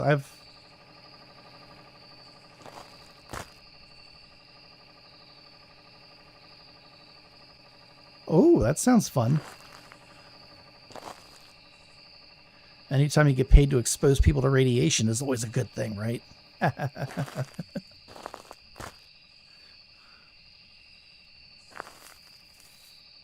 Yeah, no, man. Healthcare is a hell of an industry, and anybody who says otherwise just is ignorant.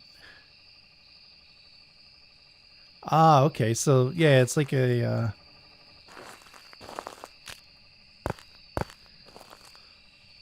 it's almost like an LPN, I would imagine then, right?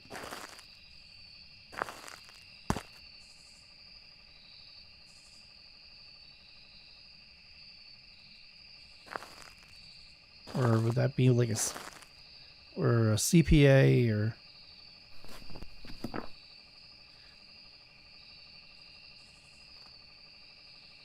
Yeah, right.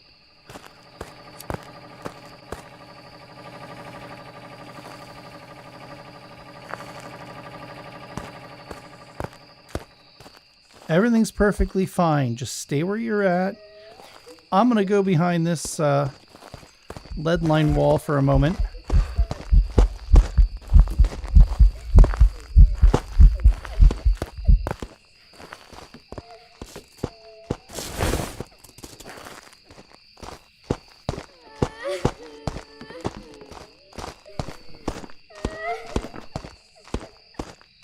Oh boy, I think she knows where we're at.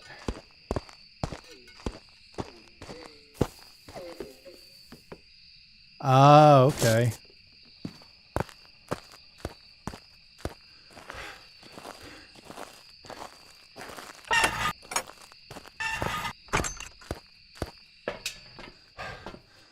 Yeah, I got a buddy of mine. He's well, he was a CNA for a little while, and then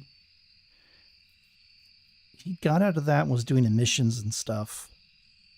But it was like ridiculous. They were only paying him something ridiculous, like $13 an hour. And I'm like, dude, you can get down to the gas station and make 17. Like, the worst thing you're gonna have to do down there is like scrub a toilet, you know. Welcome back. Like prepared jobs for you. So like he was like, you know what, you're making a whole lot of sense, and I guess he was talking to his co-workers. They ended up going on strike for a raise. I'm like, that's not what I meant for you guys to do, but I'm glad that you did it. You know, obviously, you know, you have to stand up for yourself as workers, but I didn't mean for you to, you know, stand on the picket line for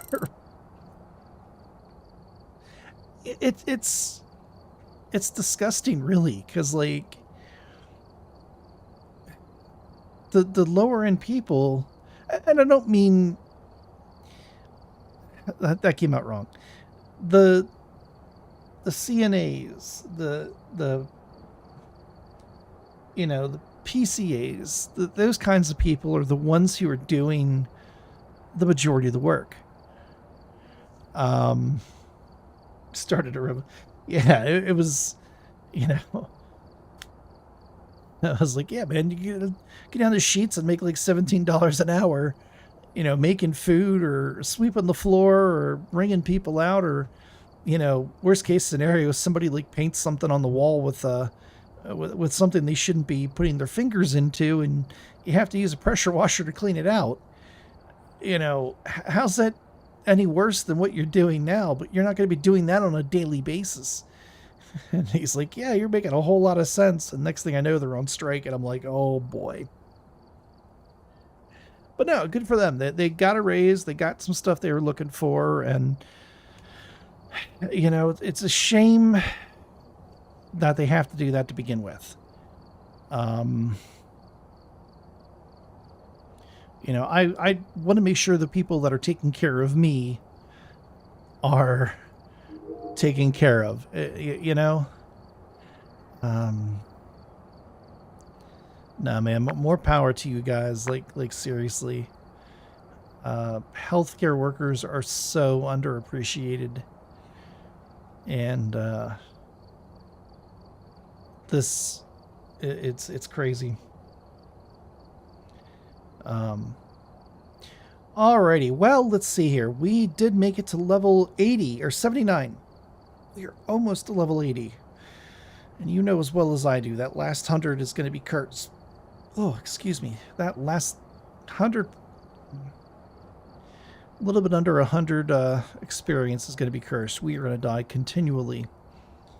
But that's just the way it is. So the next thing we're unlocking, I believe, is actually our headset. Yep, level 82. We get our tier 3 headset, and then we can really go do Sunny Meadows.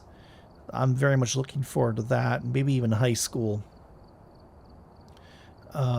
It's just a little hard to do, and for you guys to be able to watch with the tier 2 stuff.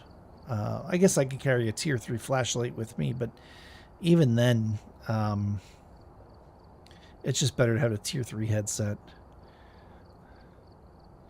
So, well, unfortunately, I'm going to have to call this a night.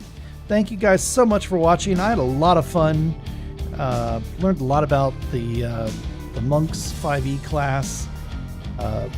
Very viable option. I'm going to have to look into playing one of those here shortly. So, always appreciate everybody in chat. Anybody who watches this after the fact. I know we have a lot of people who watch the streams once they're posted. And, you know, we're really trying to grow the channel, so if you haven't hit that subscribe button, please do so. And I know the guys in chat here or in watching the stream already have. And thank you guys. It really does mean the world to me. Every comment, you know, every like, every share, everything. You know, to really get shown in that YouTube algorithm, that's the kind of stuff that needs to be done. The videos need to be liked, they need to be watched, and comments and all that kind of stuff really go a long way. So, but if you could do me one little favor, or three little favors, tell your neighbors, tell your friends, and shout it from the rooftops. Like, comment, and subscribe to Blast 338. Have a great time, and we'll see you at the next video. Peace.